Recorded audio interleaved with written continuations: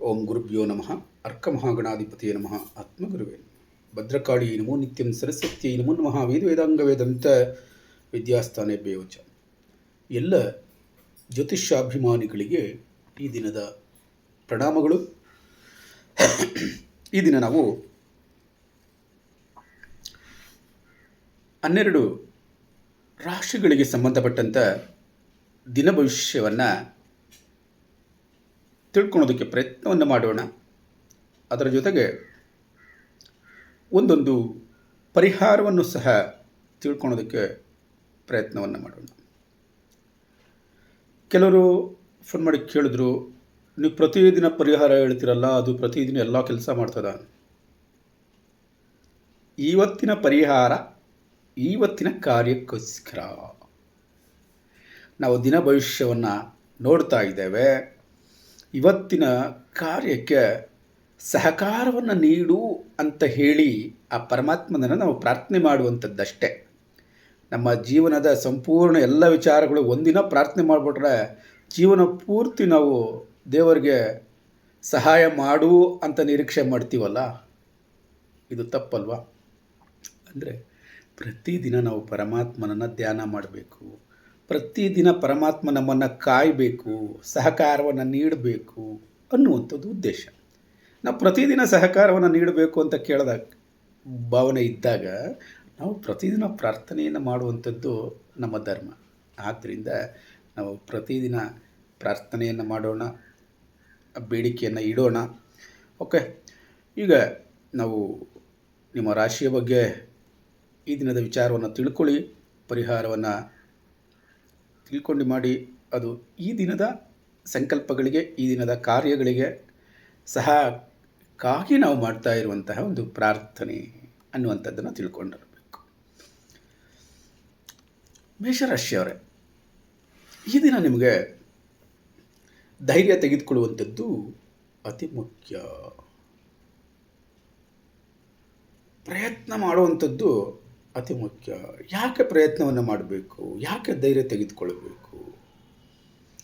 ಈ ದಿನ ನಮಗೆ ಏನೋ ಹೊಸ ಕಾರ್ಯವನ್ನು ಆರಂಭ ಮಾಡಬೇಕು ಅನ್ನುವಂಥ ಮನಸ್ಸು ಬಂದಿದೆ. ಅವತ್ತಿಂದ ತಳ್ತಾನೆ ಬಂದುಬಿಟ್ಟಿದ್ದೀವಿ. ಯಾಕೆ ಈ ಥರ ಮಾಡಿದ್ರೆ ಯಾರು ಸಪೋರ್ಟ್ ಮಾಡ್ತಾರೋ ಮಾಡಲ್ವೋ, ನನ್ನ ಕೈಲಿ ಸಂಪೂರ್ಣ ಮಾಡೋಕ್ಕಾಗ್ತದೋ ಇಲ್ವೋ, ಏನಾದರೂ ಸಮಸ್ಯೆಗಳು ಎದುರಾಗ್ತವೋ, ಆ ಭಯ ಬೇಡ. ಅದಕ್ಕೆ ಧೈರ್ಯ ತಗೊಳ್ಳಿ, ಪರಮಾತ್ಮ ಇರ್ತಾನೆ ಅಲ್ವಾ. ಇವತ್ತಿನ ಈ ಕಾರ್ಯವನ್ನು ಪ್ರಾರಂಭ ಮಾಡೋದಕ್ಕೆ, ಮಾಡಿದ ಮೇಲೆ ಅದನ್ನು ಸಕ್ಸಸ್ ಆಗೋದಕ್ಕೆ ಏನು ಬೇಕೋ ಅದಕ್ಕೆ ಸಹಾಯಕ್ಕಾಗಿ ಈ ಪರಮಾತ್ಮನನ್ನು ಪ್ರಾರ್ಥನೆ ಮಾಡಿ. ಸ್ವಲ್ಪ ಡಿಲೇ ಆಗಬಹುದು, ಅದಕ್ಕೇನು ಚಿಂತೆ ಬೇಡ.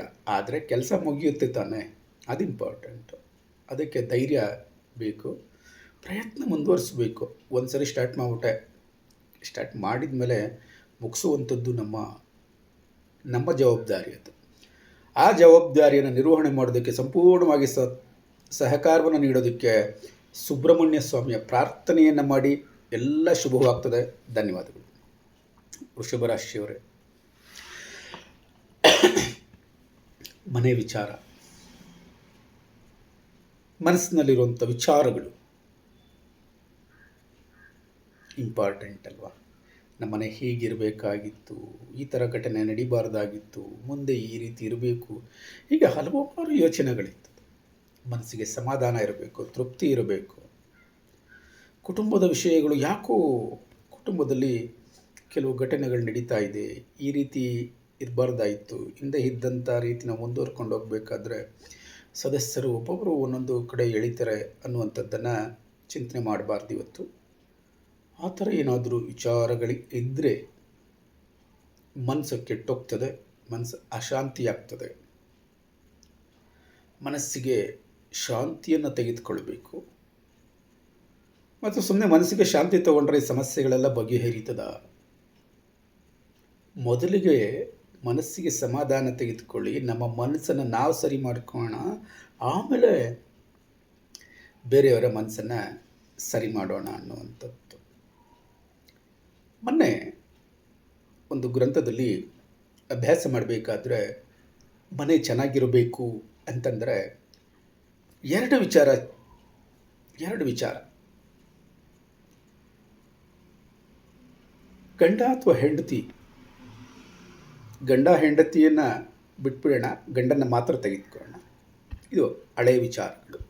ಈಗಿನ ವಿಚಾರ ಆಮೇಲೆ ನೋಡೋಣ. ಕಷ್ಟಪಟ್ಟು ದುಡ್ಕೊಂಡು ಬಂದಿರ್ತಾರೆ, ಸಂಪಾದನೆ ಮಾಡ್ಕೊಂಡು ಬಂದಿರ್ತಾರೆ. ಅವರ ಶ್ರಮದ ಬಗ್ಗೆ, ಅವರ ಸಾಧನೆ ಬಗ್ಗೆ ಒಂದು ಒಳ್ಳೆಯ ಮಾತನ್ನು ಆಡಬೇಕಾಗಿರುವಂಥದ್ದು ಸಮಾಜ, ಕುಟುಂಬದಲ್ಲಿರುವಂಥ ಸದಸ್ಯರು. ಅದನ್ನೆಲ್ಲ ಸೈಡ್ಗಿದ್ರೆ ಜೀವನ ಸಂಗಾತಿ ಅವರ ಸಾಧನೆಯ ಬಗ್ಗೆ ಒಂದೇ ಒಂದು ವಾಕ್ಯವನ್ನು ಆಡಿದ್ರೆ ಅವರಿಗೆ ಯಾವ ಸಮಾಜ ಏನಾದರೂ ಅನ್ನಲಿ, ಕುಟುಂಬದಲ್ಲಿರೋರು ಯಾರು ಏನಾದರೂ ಅನ್ನಲಿ, ಭಾರಿ ಖುಷಿ ಆಗ್ತದೆ. ಅದೆಲ್ಲದಕ್ಕಿಂತ ಒಂದು ತೂಕ ಜಾಸ್ತಿ ಆಗ್ತದೆ, ಅಷ್ಟು ಚೈತನ್ಯ ಅನ್ನುವಂಥದ್ದು ಬರ್ತದೆ. ಇನ್ನು ಪತ್ನಿಯ ಅವರ ಸೌಂದರ್ಯದ ಬಗ್ಗೆ, ಸೌಂದರ್ಯವನ್ನು ಹೆಚ್ಚಿಸ್ಕೊಳ್ಳುವಂಥದ್ರ ಬಗ್ಗೆ ಒಂದು ವಿಚಾರ ತನ್ನ ಜೀವನ ಸಂಗಾತಿ ಮನೆಯಲ್ಲಿದ್ದಾಗ, ಹೊಟ್ಟೆಯಲ್ಲಿ ಇದ್ದಾಗ ಆಡಿದ್ರೆ ಅದು ಹೆಚ್ಚು ಸಂತೋಷವನ್ನು ಕೊಡ್ತದೆ. ಈ ಒಂದು ಸರಳ ಸೂತ್ರವನ್ನು ಅನ್ವಯಿಸ್ಕೊಳ್ಳಿ, ಎಲ್ಲ ಶುಭವಾಗ್ತದೆ. ಚಂದ್ರನಿಗೆ ಹಾಲನ್ನು ನೈವೇದ್ಯ ಮಾಡುವಂಥದ್ದನ್ನು ಮರಿಬೇಡಿ. ನಾನು ದೇವಸ್ಥಾನಕ್ಕೆ ಹೋಗೋಕ್ಕಾಗೋಲ್ಲ, ನವಗ್ರಹಗಳ ಪ್ರದರ್ಶನ ಮಾಡೋಕ್ಕಾಗಲ್ಲ, ಸಮಯ ಇಲ್ಲ, ತೊಂದರೆ ಇಲ್ಲ. ಮನೆಯಲ್ಲೇ ನಿಮ್ಮ ಮನೆಯಲ್ಲಿರುವಂಥ ದೇವರಿಗೇ ಕ್ಷೀರವನ್ನು ನೈವೇದ್ಯ ಮಾಡಿ, ಅದ್ರಿಗೆ ಚಂದ್ರನನ್ನು ಪ್ರಾರ್ಥನೆ ಮಾಡಿ, ಚಂದ್ರದೇವ ನಿನಗೋಸ್ಕರ ಈ ಕ್ಷೀರವನ್ನು ನೈವೇದ್ಯ ಮಾಡ್ತಾ ಇದ್ದೀವಿ ಅಂತ ನೈವೇದ್ಯವನ್ನು ಮಾಡಿ, ಆ ಕ್ಷೀರವನ್ನು ಅಂತಿಮವಾಗಿ ಎಲ್ಲ ಹಾಕಬೇಕು. ನೀವು ಸೇವನೆಯನ್ನು ಮಾಡಬಹುದು, ಮಕ್ಕಳಿಗೆ ಕೊಡಿಸಬಹುದು, ತೊಂದರೆ ಇಲ್ಲ. ಧನ್ಯವಾದಗಳು. ವೃಷಭರಾಶಿಯವರೇ, ಸಂತೋಷ ಕೊಡಲಿ ಪರಮಾತ್ಮ. ಮಿಥುನ ರಾಶಿಯವರೇ, ಸಂತೋಷಕ್ಕಾಗಿ ನಾವು ಕಾರ್ಯ ಮಾಡುವಂಥದ್ದು ನೋಡಿ, ಪ್ರಾರಂಭದಲ್ಲೇ ಬಂದ್ಬಿಡ್ತದೆ ಸಂತೋಷ ಅನ್ನುವಂಥದ್ದು. ನಮ್ಗೆ ಇಷ್ಟವಾದ ಕಾರ್ಯವನ್ನು ನಾವು ಮಾಡಬೇಕು, ಸಂತೋಷ ಕೊಡುವಂಥ ಕಾರ್ಯವನ್ನೇ ಮಾಡಬೇಕು. ನಾವು ಸಂಪಾದನೆ ಮಾಡುವಂಥದ್ದು ಆ ಉದ್ದೇಶಕ್ಕೋಸ್ಕರ ಸಂಪಾದನೆ ಮಾಡಿ, ಈ ಉದ್ದೇಶಕ್ಕೋಸ್ಕರ ನಾವು ಮಾಡ್ತೀವಿ, ಆಶ್ರಮವನ್ನು ಹಾಗೆ ಮಾಡ್ತೀವಿ, ಎಲ್ಲ ಬಿಟ್ಟಿಡಿ. ಇವತ್ತು ನನಗೆ ಸಂತೋಷ, ಈ ಕೆಲಸ ಮಾಡಿದ್ರೆ ನನಗೆ ಸಂತೋಷ ಸಿಗ್ತದೆ, ನಾನು ಈ ಅಧಿಕಾರದಲ್ಲಿದ್ದೇನೆ, ನಾನು ಈ ಕಾರ್ಯ ಮಾಡಿದರೆ ನನಗೆ ಸಂತೋಷ ಸಿಗ್ತದೆ. That is very very important. ನಾವು ಏನೇನೋ ಉದ್ದೇಶಕ್ಕೆ ಅವರ ಒತ್ತಡಕ್ಕೆ ಹೊರತು ಏನೋ ಕಾರ್ಯ ಮಾಡಿಬಿಟ್ಟಿರ್ತೇವೆ, ಯಾರು ಮುಲಾಜಿ. ಆದರೆ ಈ ದಿನ ನನ್ನ ತೃಪ್ತಿಗೋಸ್ಕರ, ನನ್ನ ಸಂತೋಷಕ್ಕೋಸ್ಕರ ನಾನು ಕೆಲಸ ಮಾಡ್ತಾ ಇದ್ದೀನಿ ಅನ್ನುವಂಥದ್ದನ್ನು ನಿರ್ಧಾರ ಮಾಡಬೇಕು. ಅದಕ್ಕೆ ಯಾವ ಕಾರ್ಯ ಅಂತ ಆಯ್ಕೆ ಮಾಡಿಕೊಳ್ಬೇಕು, ಅದನ್ನು ಎಷ್ಟು ದಿನಗಳಲ್ಲಿ ಆ ಕಾರ್ಯವನ್ನು ನಾನು ಮುಗಿಸ್ತೇನೆ. ಒಂದೇ ದಿನದಲ್ಲಿ ಮುಗಿಸ್ಬೋದು, 4 ದಿನದಲ್ಲಿ ಮಾಡ್ಬೋದು. ಬಟ್ ಪ್ರಾರಂಭ ಅನ್ನುವಂಥದ್ದನ್ನು ಇವತ್ತು ಮಾಡಿ, ಅದರಲ್ಲಿ ಖಂಡಿತ ಸಂತೋಷ ಅನ್ನುವಂಥದ್ದು ಸಿಗ್ತದೆ. ಸಹಾಯಕ್ಕಾಗಿ ವಿಷ್ಣು ದೇವರನ್ನು, ನಾರಾಯಣನನ್ನು ಪ್ರಾರ್ಥನೆ ಮಾಡಿ, ಎಲ್ಲ ಶುಭವಾಗ್ತದೆ. ಧನ್ಯವಾದಗಳು. ಕಟಕ ರಾಶಿಯವರು, ಕೆಲಸ ಅನ್ನುವಂಥದ್ದು ಅತಿ ಮುಖ್ಯ. ಮಾಡುವಂಥ ಕೆಲಸದಲ್ಲಿ, ನಾನು ಮಾಡುವಂಥ ಕೆಲಸದಲ್ಲಿ ನನಗೆ ಜಯ ಸಿಕ್ಕಿದ್ರೆ ನನಗೆ ಖುಷಿಯಾಗುವಂಥದ್ದು. ಬೇರೆಯವರು ಮಾಡುವಂಥ ಕೆಲಸದಲ್ಲಿ ಸಕ್ಸಸ್ ಆಗೋದಕ್ಕೆ ನಾನು ಸಹಾಯ ಮಾಡಿದ್ರೆ ಖುಷಿಯಾಗೋದು ಅಂಥದ್ದು ನನಗೆ. ಅವ್ರಿಗಾಗುವಂಥ ಖುಷಿನೇ ಬೇರೆ, ನನಗಾಗುವಂಥ ಖುಷಿನೇ ಬೇರೆ ಅಲ್ವಾ. ಬೇರೆಯವರಿಗೆ ಸಹಾಯ ಮಾಡದೆ ಸಮಾಜಕ್ಕೆ ನನ್ನಿಂದ ಒಂದು ಅಂಶ ಪ್ರಯೋಜನ ಆಯಿತು ಅನ್ನುವಂತಹ ತೃಪ್ತಿ ಎನ್ನುವಂಥದ್ದು ನಮಗೆ ಸಿಗ್ತದೆ. ಆದ್ದರಿಂದ ಕೆಲಸಕ್ಕೆ ಹೆಚ್ಚು ಪ್ರಾಮುಖ್ಯತೆಯನ್ನು ನೀಡುವಂಥ ಮನಸ್ಸು ನಿಮ್ಮಲ್ಲಿದೆ. This is very very important. So ಶ್ರಮ ಹೆಚ್ಚಾಗಬಹುದು. ದೈಹಿಕ ಆರೋಗ್ಯದ ಬಗ್ಗೆ ಸ್ವಲ್ಪ ಗಮನವನ್ನು ಕೊಡಿ. ಈ ದಿನ ಆರೋಗ್ಯವನ್ನು ಚೆನ್ನಾಗಿ ಇಟ್ಕೊಂಡ್ರೆ ಖಂಡಿತ ನಿಮಗೆ ಜಯ ಅನ್ನುವಂಥದ್ದು ಸಿಗ್ತದೆ. ಹನುಮಂತನ ಮಂತ್ರವನ್ನು ಪಠನ ಮಾಡೋದನ್ನು ಮರಿಬೇಡಿ. ಧನ್ಯವಾದಗಳು. ಸಿಂಹರಾಶಿಯವರೇ, ಗೊಂದಲಗಳಿದ್ದಾವೆ, ಸಣ್ಣ ಪುಟ್ಟ ಗೊಂದಲಗಳು. ಫ್ರೆಂಡ್ಸ್ಗಳ ಮಧ್ಯೇನ, ಕುಟುಂಬದ ಸದಸ್ಯರ ಮಧ್ಯೇನ, ಯೋಚನೆ ಮಾಡಿ ಎಲ್ಲಿ ಗೊಂದಲಗಳಿದೆ ಅನ್ನುವಂಥದ್ದನ್ನು ನೋಡಿ, ಸಮಾಜದಲ್ಲಿ ಸಾಮಾಜಿಕ ಬಾಂಧವ್ಯ ವೆರಿ ಇಂಪಾರ್ಟೆಂಟ್. ಕೋಪ ಬೇಡ, ಸಹನೆ ಎನ್ನುವಂಥದ್ದಿರಲಿ, ತಾಳ್ಮೆ ಎನ್ನುವಂಥದ್ದಿರಲಿ, ಹೊಂದಾಣಿಕೆ ಮನೋಭಾವ ನಮ್ಮಿಂದನೇ ಪ್ರಾರಂಭ ಆಗಬೇಕು. ಯಾರೋ ಏನೋ ಅಂದಿರ್ತಾರೆ, ಏನೋ ತಪ್ಪು ಮಾಡಿರ್ತಾರೆ, ನಾನೆಲ್ಲ ಕರೆಕ್ಟಾಗಿದ್ದೇನೆ ನನಗನ್ನಿಸ್ತಾ ಇದೆ. ಅದೇ ರೀತಿ ಅವ್ರಿಗೂ ಮನಸ್ಸಿರ್ತದೆ, ನಾನು ಕರೆಕ್ಟಾಗಿದ್ದೀನಿ ಅಂತ ಅವ್ರಿಗನ್ನಿಸ್ತದೆ, ನಾನು ಕರೆಕ್ಟಾಗಿದ್ದೀನಿ ಅಂತ ನಮಗನ್ನಿಸ್ತದೆ. ಹಾಗಾದ್ರೆ ಮಧ್ಯ ತಪ್ಪು ಮಾಡಿರುವಂಥದ್ದು ಯಾರು? ಓಕೆ, ಈ ಸೂಕ್ಷ್ಮಗಳನ್ನು ಬಿಡಿಸೋದನ್ನ ಕಲ್ತ್ಕೊಳ್ಳಿ, ಎಲ್ಲ ಸಂತೋಷ ಸಿಗ್ತದೆ, ಸಂಬಂಧಗಳು ಉತ್ತಮವಾಗ್ತದೆ. ಸಂಬಂಧಗಳು ಉತ್ತಮ ಆದರೆ ಗೊಂದಲಗಳು ಪರಿಹಾರವಾಗ್ತದೆ. ದುರ್ಗಾದೇವಿಯ ಸಹಕಾರವನ್ನು ಈ ದಿನ ಬೇಡಿ, ಎಲ್ಲ ಶುಭವಾಗ್ತದೆ. ಧನ್ಯವಾದಗಳು. ಕನ್ಯಾ ರಾಶಿಯವರೇ, ಅಡೆತಡೆ ಎನ್ನುವಂಥದ್ದು ಯಾರಿಗೆ ಬರಲ್ಲ. ಎಲ್ಲ ಸುಸೂತ್ರವಾಗಿ ಕಾರ್ಯ ನಡೀತದೆ ಅಂತಂದರೆ ಆಗ ಮನುಷ್ಯನಿಗೆ ಇರುವಂತಹ ಆನಂದ, ಪರಮಾನಂದ ಅಷ್ಟಿಷ್ಟಲ್ಲ. ಆದರೆ ಯಾವುದೇ ಮನುಷ್ಯನಿಗೆ ಅಡೆತಡೆ ಇಲ್ಲದೆ ಯಾವುದೇ ಸಕ್ಸಸ್ ಅನ್ನುವಂಥದ್ದು ಆಗೋದಿಲ್ಲ ಅಲ್ವಾ? ವಿಶ್ವಾಮಿತ್ರ ತಪಸ್ಸನ್ನು ಮಾಡುವಾಗ ಮೇನಿಕೆ ನೋಡಿ, ನಾವು ದೇವತೆಗಳನ್ನು ಕುರಿತು ತಪಸ್ಸನ್ನು ಮಾಡ್ತಾಯಿದ್ರು ನಮ್ಮ ಹಿರಿಯರು. ದೇವತೆಗಳು ಏನು ಮಾಡ್ತಾಯಿದ್ರು? ರಂಬೆ, ಊರ್ವಶಿ, ಮೇನಕೆಗೆ ಎಲ್ಲರನ್ನು ಕಳಿಸ್ತಾಯಿದ್ರು. ಅವ್ರು ತಪಸ್ಸು ಮಾಡ್ಬೇಕಾದ್ರೆ ಡ್ಯಾನ್ಸ್ ಮಾಡುವಂಥದ್ದು, ಸಂಗೀತ ಹೇಳುವಂಥದ್ದು, ಅವೆಲ್ಲ ಅವರ ಹಾವಭಾವಗಳು ಅಂದರೆ ಇವರ ಮನಸ್ಸನ್ನು ಕದಡೋದಕ್ಕೆ, ಅಂದರೆ ಅಡೆತಡೆಗಳನ್ನು ಉಂಟು ಮಾಡೋದಕ್ಕೆ. ಈಗ ನಾವು ಮಾಡುವಂಥ ಕಾರ್ಯಗಳಲ್ಲಿ ಅಡೆತಡೆ ಉಂಟು ಮಾಡೋದಕ್ಕೆ ಯಾರು ಪ್ರಯತ್ನವನ್ನು ಮಾಡ್ತಾರೆ? ನಾವು ಮಾಡೋಂಥ ಕಾರ್ಯ ಏನು ಅನ್ನುವಂಥದ್ದನ್ನು ಗೊತ್ತಿರುವಂಥ ಜನ ಅಡೆತಡೆಗಳನ್ನು ಮಾಡ್ತಾರೆ. ಗೊತ್ತಿಲ್ಲದಲ್ಲವರು ಯಾಕೆ ಮಾಡೋಕ್ಕೆ ಹೋಗ್ತಾರೆ? ಡೆಲ್ಲಿಲಿರೋ ಯಾರು ಬಂದು ನಿಮ್ಗೆ ಅಡೆತಡೆ ಮಾಡ್ತಾರಾ? ಮಾಡಲ್ಲ. ಇದು ಸರ್ವೇ ಸಾಮಾನ್ಯ. ಅಡೆತಡೆಗಳೆಲ್ಲರಿಗೂ ಬರ್ತದೆ. ಯಾವುದೇ ಕಾರಣಕ್ಕೆ ನಾವು ರಹಸ್ಯವನ್ನು ಮೇಂಟೈನ್ ಮಾಡಲೇಬೇಕು. ಅಡೆತಡೆ ಬರ್ತದೆ, ಒತ್ತಡವನ್ನು ನಾವೇನು ಮಾಡಬೇಕು? ಕಡಿಮೆ ಮಾಡಿಕೊಳ್ಬೇಕು. ಖಂಡಿತ ರಕ್ಷಣೆ ಸಿಕ್ಕೇ ಸಿಗ್ತದೆ. ಯಾವುದೇ ಅಡೆತಡೆ ಇದ್ರೆ ಏನೋ ಹೆದರ್ಕೊಳ್ಬೇಡಿ, ಧೈರ್ಯವಾಗಿ ಮುಂದೆ ಇರಿ. ಪರಶಿವನ, ಪರಮಾತ್ಮನ, ಶಿವನ ಧ್ಯಾನವನ್ನು ಮಾಡಿ ಎಲ್ಲ ಸಹಕಾರ ಸಿಗ್ತದೆ. ನಿಷ್ಠೆಯಿಂದ 2 ನಿಮಿಷ ಪ್ರಾರ್ಥನೆಯನ್ನು ಮಾಡಿ, ನಿಮ್ಮ ಮನಸ್ಸನ್ನು ಕೇಂದ್ರೀಕರಿಸಿ ಪ್ರಾರ್ಥನೆಯನ್ನು ಮಾಡಿ, ಖಂಡಿತ ಸಹಕಾರ ಅನ್ನುವಂಥದ್ದು ಸಿಕ್ಕೇ ಸಿಗ್ತದೆ. ಧನ್ಯವಾದಗಳು. ಯಾರು ವಿಡಿಯೋನ ನೋಡ್ತಾ ಇದ್ದೀರಾ, ಲೈಕ್ ಮಾಡಿ. ಇಷ್ಟ ಆಗಿದ್ರೆ ಲೈಕ್ ಮಾಡಿ. ಇಷ್ಟ ಆಗಿಲ್ಲ ಲೈಕ್ ಮಾಡೋಂಥ ಅವಶ್ಯಕತೆ ಇಲ್ಲ. ಇಷ್ಟ ಆಗಿದೆ ಲೈಕ್ ಮಾಡಿ. ಸಬ್ಸ್ಕ್ರೈಬ್ ಮಾಡಿಕೊಳ್ಳಿ. ಪ್ರತಿದಿನ ನಿಮಗೆ ವಿಡಿಯೋ ಬರ್ತದೆ ಸಬ್ಸ್ಕ್ರೈಬ್ ಮಾಡಿಕೊಂಡ್ರೆ. ಇದು ಅಥವಾ ಬೇರೆ ದಿನ ಭವಿಷ್ಯ ಬಿಟ್ಟು ಬೇರೆ ಇನ್ನೂ ವಿಚಾರಗಳು ಬರ್ತಾ ಇರ್ತದೆ. ನಿಮಗೆ ನಿಮ್ಮ ರಾಶಿಗೆ ಸಂಬಂಧಪಟ್ಟಂತೆ ಹಲವಾರು ವಿಚಾರಗಳು ಬರ್ತದೆ.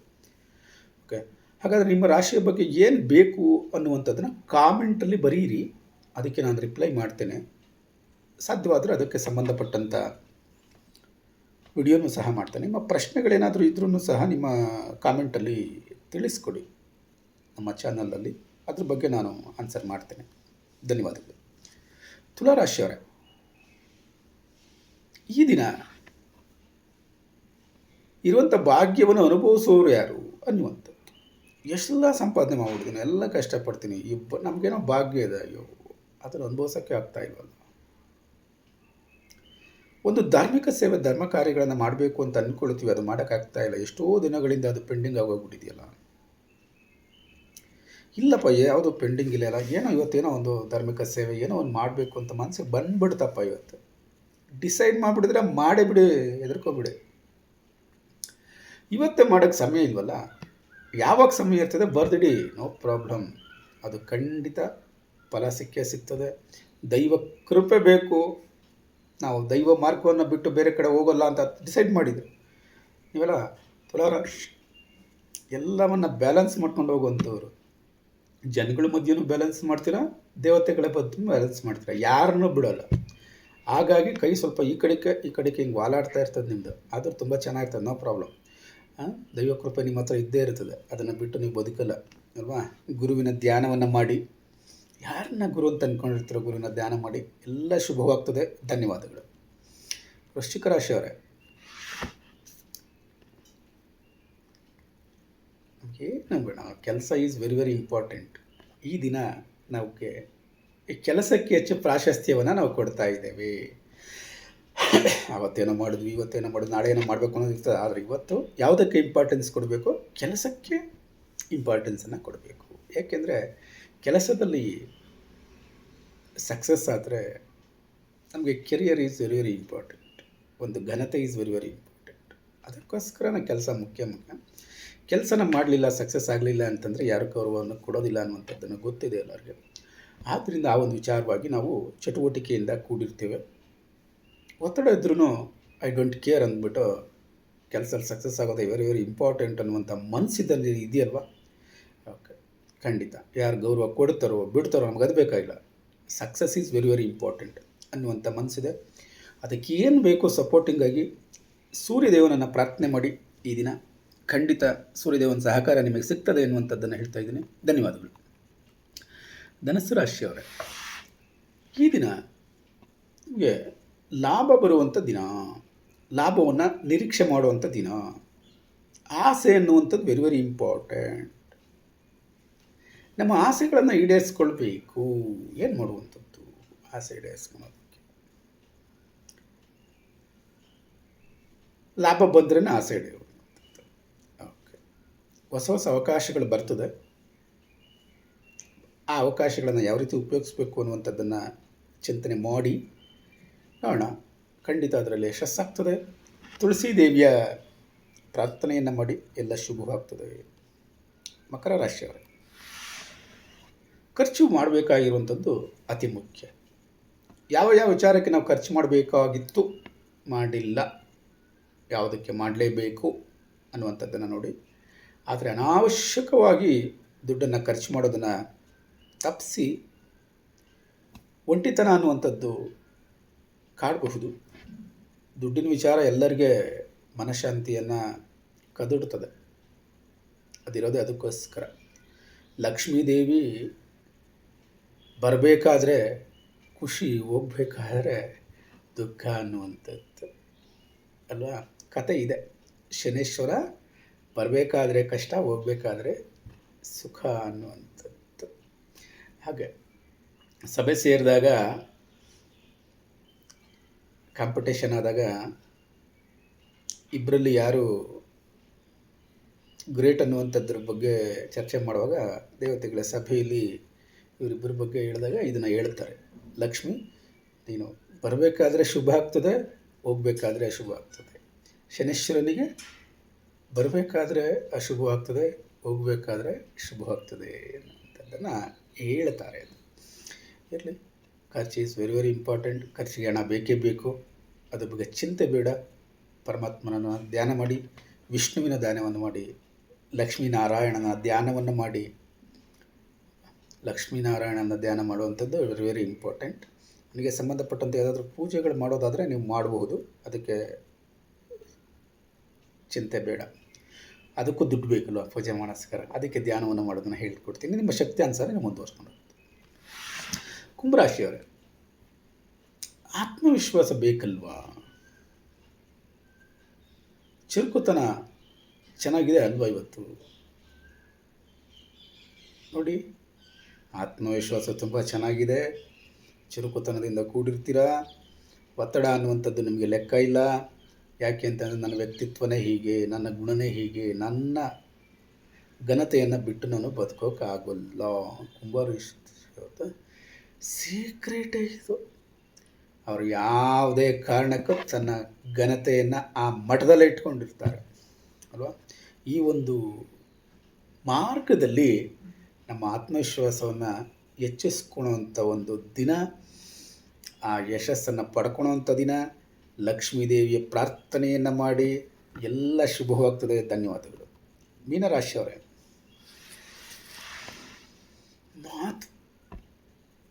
ಮಾತಿನ ವಿಚಾರಗಳು ಅತಿ ಮುಖ್ಯ. ಮಾತಿನಲ್ಲಿ ಜಾಗೃತೆ ಇರಬೇಕು.